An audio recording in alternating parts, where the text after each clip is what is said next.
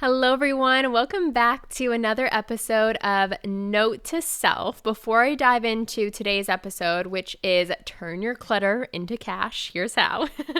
I just want to give a friendly reminder that this is the last call to join SPAC Makers, my annual 30-day minimalism and manifestation challenge, where we take a look at all different areas of your life, such as physical spaces, clothing, your closets, digital spaces, financial spaces, and mental and emotional spaces to declutter and release anything that is no longer serving you and optimize your spaces for the most abundant year yet. So what I have found time and time again is that yes, the new year has this fresh, reset energy to it. But if we're not actually looking at what we need to leave behind and physically declutter from our lives, we're still holding on to everything from the past. And that very much keeps us in a previous identity and doesn't allow us to accelerate our transformation into that future version of ourselves that we're really calling in, that we're really ready to step into.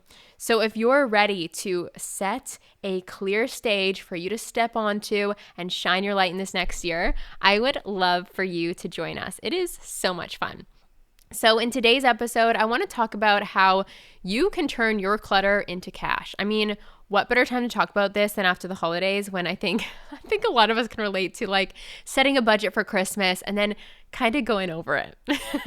It tends to happen. It's this season of giving, of generosity. And I know for myself, I've been oh, I'm done shopping for this person. And then I'm at the store and I'm oh my gosh, they would just love that. And then, So let's talk about how decluttering turns or presents or invites cash into your life and ways that you can actually tangibly do that. I mean, there's a whole manifestation aspect of this too, of nature abhors a vacuum. That is a quote by Aristotle. So it's actually when we release things, when we declutter. So nature loves to fill space. So when we declutter or optimize, let's say our finances or our physical spaces, something's going to rush into our lives to fill that. And that's the fun part of decluttering, organizing, optimizing. Is we really get to witness the divine at work.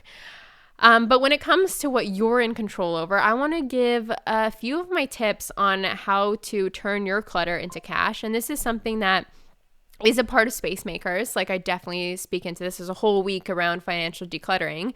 But let's talk about it because it is a lot easier than you might think. And when you start to turn your clutter into cash, it can get real fun really fast.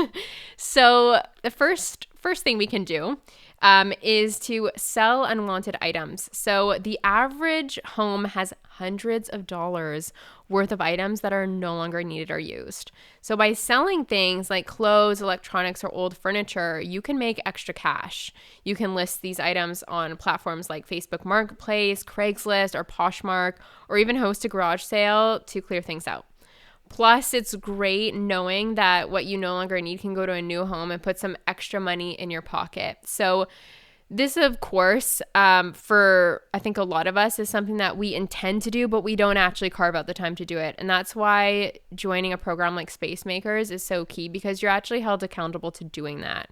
So for me, every time that I come back home, to visit my parents' place where I actually keep some of my clothing.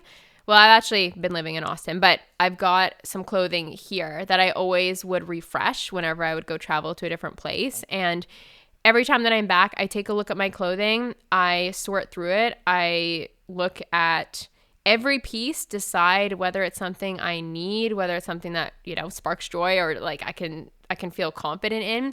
And if not, I sell it. And I have made so much money on Poshmark off of items that just sat dormant in my storage box for years. And that always feels so good because I know that it's going to a home that somebody's loving it, right? I remember I had a black pair of Louboutin heels that I used to wear in Rome, Italy. Occasionally after that, and maybe I wore it 1 or 2 times, but I'm telling you, post-pandemic, it just been very challenging to get me into heels.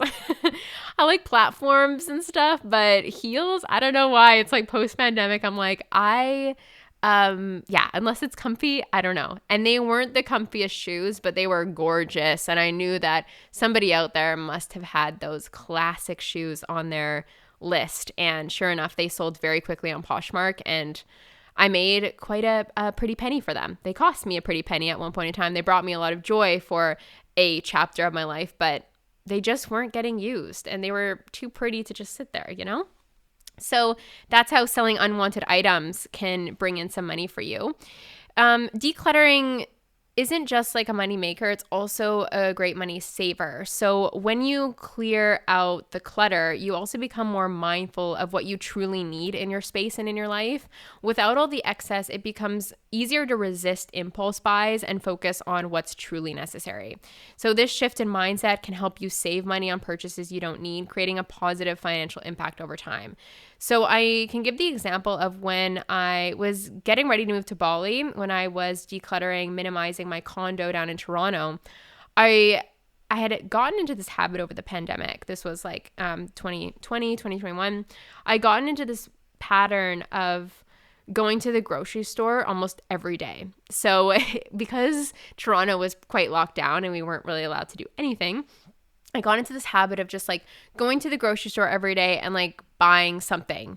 So like I wouldn't do big grocery shops. I would actually just like do a bunch of little grocery shops. But I got into this habit of like going to the grocery store and buying something every day.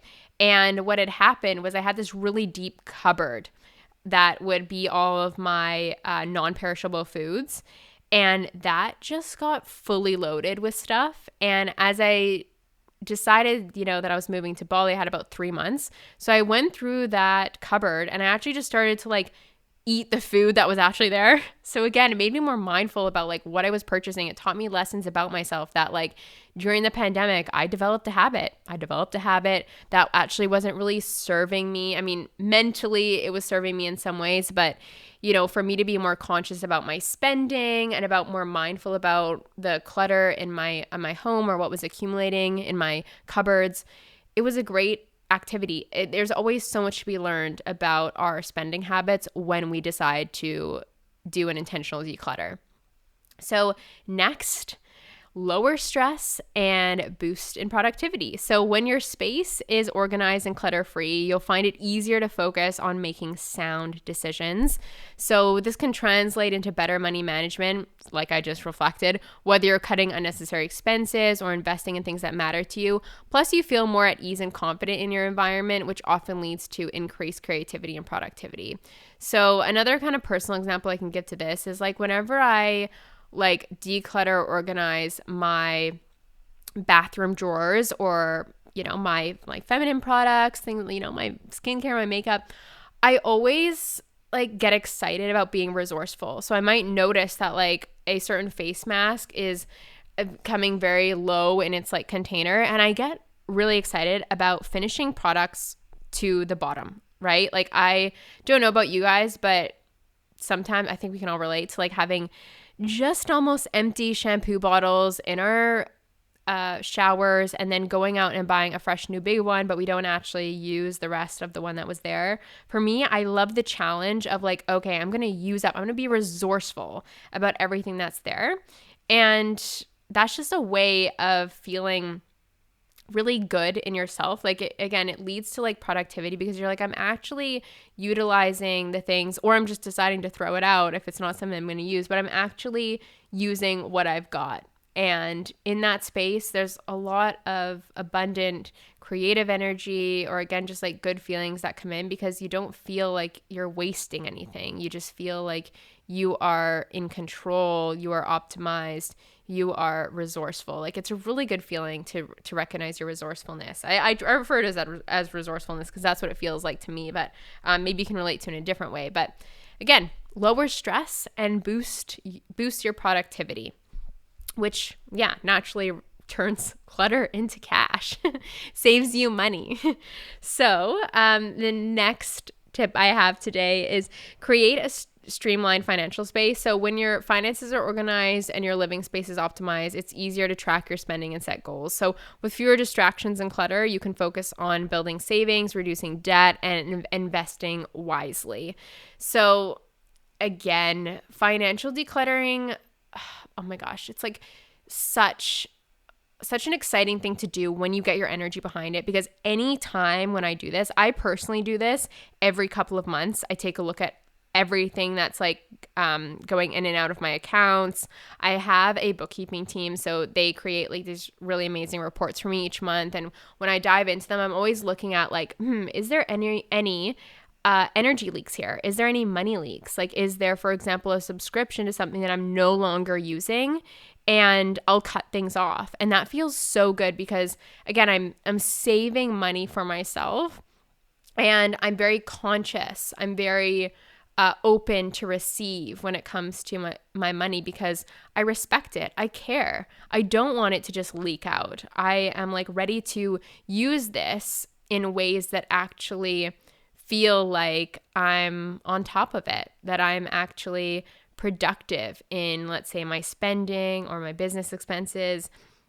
It's all things that serve me. It's all a part of it gives to me, I release it, it's a full cycle, and it feels really good. When there are money leaks there that I find, like for example, as of lately, I recognized that like I had an Audible subscription that is like 1 credit per month, but I noticed that with Spotify Premium, I can get all the books that were on my list basically to listen to on Audible for free. So I actually paused my Audible membership, and I don't know if I'll continue it because Spotify Premium's got like, great reads on there.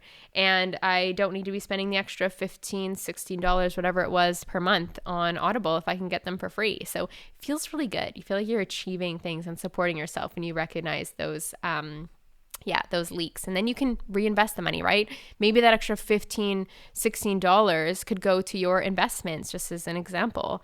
Oh man, I just get so excited about that, especially for somebody who's calling in money for the new year. Like, this is what you have to do. I know it's not always the fun thing to do. I know that often finances and money can bring up a lot of resistance, but when you actually decide to do the work, like there's been times where I have like saved myself like $300 a month because I've actually just looked at everything and decided, nope, don't need that subscription anymore.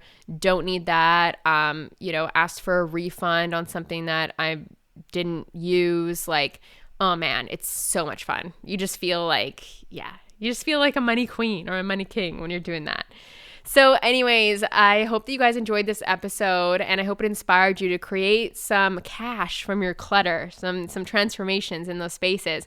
And if you're ready to just really take this on for the next 30 days, looking at all different areas of your life, I would love for you to join us inside SPAC Makers, my 30-day minimalism and manifestation challenge, where we will be tackling everything. So if you're ready to release, refresh, and receive a prosperous new year, this is the place to start. So if there's any questions, reach out anytime, but the link will be down below, and have a beautiful, beautiful day, my friends.